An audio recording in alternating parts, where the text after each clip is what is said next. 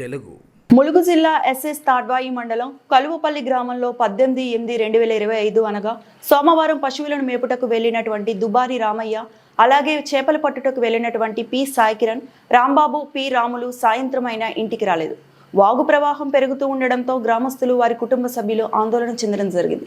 సమాచారం తెలుసుకున్న MRO Suresh collector గారి ఆదేశాల మేరకు రాత్రి 11 గంటలకు ఎన్డీఆర్ఎఫ్ బృందాలకు సమాచారం ఇవ్వడం జరిగింది.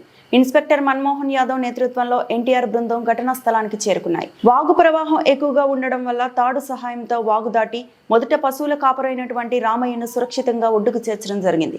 అంతటితో ఆగకుండా వాగు నుండి కిలోమీటర్ ముందుకు పోయి వెతుకుతూ ఉండగా చేపలు పట్టుటకు వెళ్లినటువంటి సాయి కిరణ్, రాజాబాబు, రాములను గుర్తించి వారిని సురక్షితంగా వాగు దాటించి వారి కుటుంబ సభ్యులకు అప్పగించడం జరిగింది.